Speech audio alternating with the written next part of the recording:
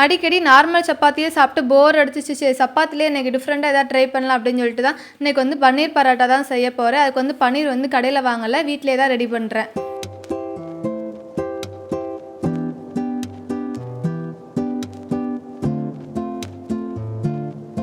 பன்னீர் வீட்டிலேயே செய்கிறதுக்கு ஒரு பால் பாத்திரத்தில் கொஞ்சம் தண்ணி ஊற்றிட்டு அதுக்கப்புறமாட்டி நம்ம வாங்கி வச்சுருக்க பாலை ஊற்றிக்கோங்க. பால் வந்து கொஞ்சம் திக்காக இருக்கிற மாதிரி உள்ள பால் பேக்கெட் வாங்கிக்கோங்க. பாலை ஊற்றி நல்லா கொதித்து பொங்குனக்கப்புறமாட்டி லெமன் ஜூஸு அல்லது வினிகர், நான் வந்து லெமன் ஜூஸ் தான் சேர்த்துருக்கேன். இந்த ரெண்டில் ஏதாவது ஒன்று கொஞ்சம் கொஞ்சமாக ஊற்றி அந்த பால் வந்து நல்லா மிக்ஸ் பண்ணிங்கன்னா தனியாக தெரிஞ்சு பன்னீர் தனியாக தனியாக தெரிஞ்சு வரும்.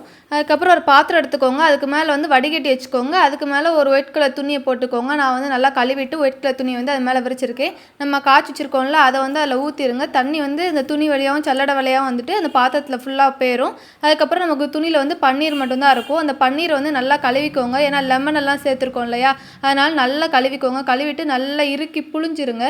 நல்லா புழிஞ்சிட்டு உங்களுக்கு எந்த அளவுக்கு சைஸ் வேணுமோ அந்த அளவுக்கு வந்து அந்த துணியிலே வந்து நல்லா கை வச்சு நல்லா ப்ரெஸ் பண்ணி விடுங்க. மொந்தமாக இருக்கும், அதனால் நல்லா ப்ரெஸ் பண்ணி விட்டுட்டு மேலே வந்து வெயிட் வச்சுருங்க. ஒரு மணி நேரத்துக்கு மேலே வந்து நல்லா அந்த பன்னீர் வந்து நல்லா செட் ஆகிறதுக்கு விட்டுருங்க. பன்னீர் பராட்டாக்கு சைடிஷ் வந்து நான் வந்து இன்றைக்கி வெஜிடபிள் குருமா தான் ரெடி பண்ண போகிறேன். நிறைய பேர் சைடிஷே இல்லாமல் அப்படியே கூட சாப்பிடுவாங்க, இல்லை தயிரெல்லாம் தொட்டு சாப்பிடுவாங்க. நான் வந்து இன்றைக்கி தான் காயெல்லாம் வீட்டுக்கு வாங்கிட்டு வந்தோம். சரி நிறையா காய் ஃப்ரெஷ்ஷாக சூப்பராக இருக்குது அப்படின்னு சொல்லிட்டு குருமா வச்சிடலாம் அப்படின்ட்டு இன்றைக்கி வந்து வெஜிடபிள் குருமா தான் ரெடி பண்ண போகிறேன். அதுக்கு வந்து எல்லா காயுமே வந்து ஃபஸ்ட்டு கட் பண்ணி எடுத்து வச்சுக்கிட்டேன்.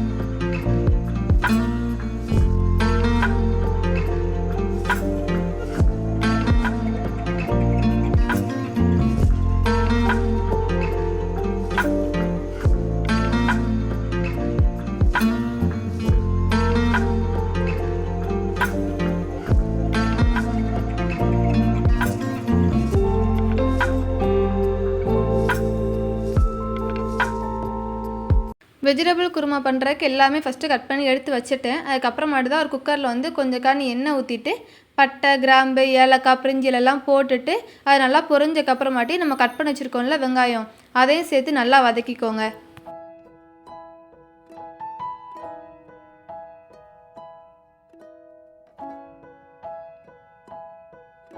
வெங்காயம் நல்லா வதங்கினக்கப்புறமாட்டி இஞ்சி பூண்டு பேஸ்ட்டு சேர்த்து நல்லா வதக்கிக்கோங்க. இஞ்சி பூண்டு பேஸ்ட்டு நான் ஆல்ரெடி வீட்டில் வந்து அரைச்சி ஃப்ரிட்ஜில் வந்து ஸ்டோர் பண்ணி வச்சுருந்தேன், அதை தான் சேர்த்துருக்கேன். நீங்கள் வந்து ஃப்ரெஷ்ஷாக அரைச்சி கூட சேர்த்துக்கலாம்.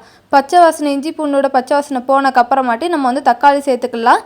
தக்காளி வந்து நல்லா மசிகிற அளவுக்கு வதங்கணும்னு அவசியம் இல்லை, ஏன்னா நம்ம குக்கரில் விசில் போட போகிறோம், அதிலே வந்து எல்லாமே வெந்துடும்.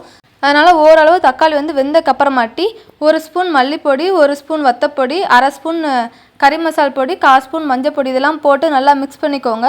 நல்லா மிக்ஸ் பண்ணக்கப்புறமாட்டி காய்கறி எல்லாம் சேர்த்துக்கோங்க. நான் வந்து கேரட்டு, பீன்ஸு, பட்டர் பீன்ஸு, உருளைக்கிழங்கு இந்த காயெல்லாம் சேர்த்துருக்கேன். உங்கள் கூட காலிஃப்ளவர் இந்த மாதிரி எது இருந்தாலும் நீங்கள், பட்டாணி எது இருந்தாலும் நீங்கள் சேர்த்துக்கோங்க. காய்கறியெல்லாம் சேர்த்து நல்லா மிக்ஸ் பண்ணிவிட்டு தேவையான அளவுக்கு தண்ணி ஊற்றி மூடி போட்டு விசில் போட்டு வச்சுருங்க.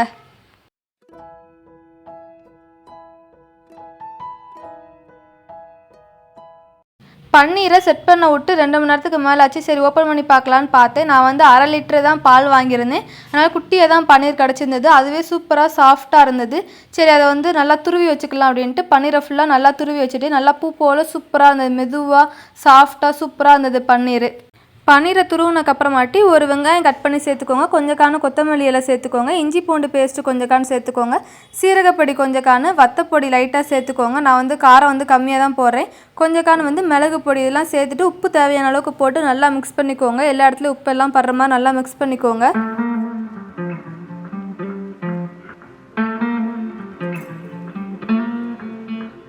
சப்பாத்திக்கு ஆல்ரெடி மாவு வந்து நான் பிசைஞ்சு வச்சுட்டு அது நல்லா ஊறி சாஃப்ட் ஆயிருச்சு. அதுக்கப்புறமாட்டி ஒரு உருண்டையை எடுத்துக்கோங்க. சப்பாத்தியோட இந்த இதுக்கு வந்து கொஞ்சம் அதிகமாக உருண்டை வந்து கொஞ்சம் பெருசாகவே எடுத்துக்கோங்க.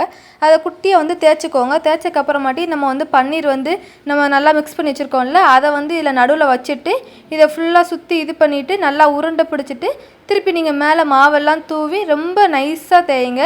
வேகமாக தேய்ச்சிட்டிங்க அப்படின்னா உள்ளே உள்ள ஸ்டஃப்டு எல்லாமே வந்து வெளியில் வர ஆரம்பிச்சிரும். அதனால் பொறுமையாக ரொம்ப நைஸாக மாவெல்லாம் தூவி நல்லா இது பண்ணி பொறுமையாகவே தேய்ங்க.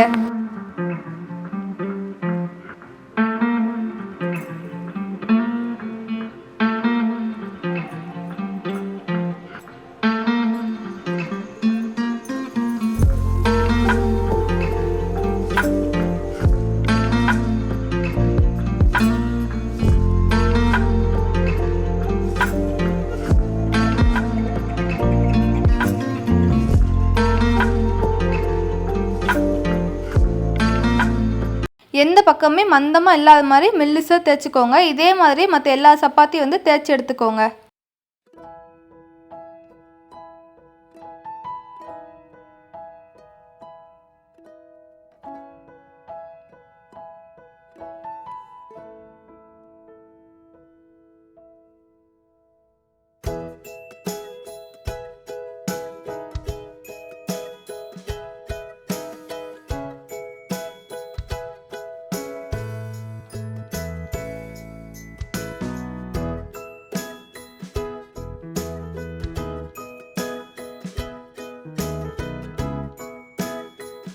தோசைக்கல் நல்லா சூடானக்கப்புறமாட்டி நம்ம தேய்ச்சி வச்சுருக்கோம்ல சப்பாத்தி அதை அதில் போட்டுருங்க.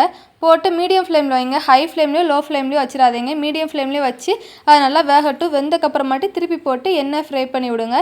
அதே மாதிரி அடுத்த பக்கமும் திருப்பி போட்டு எண்ணெயை நல்லா அப்ளை பண்ணி விடுங்க. உங்கள்கிட்ட நெய் இருந்தால் கூட நெய் அப்ளை பண்ணலாம். என்கிட்ட வந்து நெய் இல்லைன்னு தான் வாங்கணும். அதனால் நான் எண்ணெயை தான் அப்ளை பண்ணியிருக்கேன். எண்ணெய் வச்சு பண்ணாலுமே நல்லா தான் இருக்கும். இதே மாதிரி மற்ற எல்லா சப்பாத்தியும் நான் போட்டு எடுத்துட்டேன்.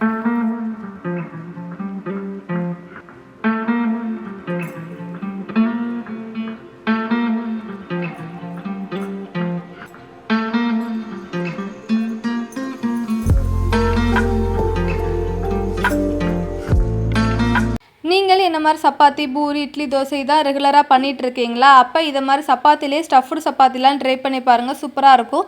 நான் வந்து பன்னீர் வச்சு பண்ணேன். நீங்கள் வந்து பன்னீர், காளான், உருளைக்கிழங்கு, காய்கறி இது மாதிரி நம்ம எதுனாலும் ஸ்டஃப்டு சப்பாத்தியை வந்து ரெடி பண்ணி கொடுக்கலாம். குழந்தைகளும் நல்லா விரும்பி சாப்பிடுவாங்க. நல்லா ஃபில்லிங்காகவும் இருக்கும். இன்றைக்கி எங்கள் வீட்டில் வந்து பன்னீர் பரோட்டாவும் வெஜிடபிள் குருமாவும் தான் ரெடி பண்ணியிருந்தோம். எல்லாருமே நல்லா இருக்குன்னு சொன்னாங்க சாப்பிட்டுட்டு.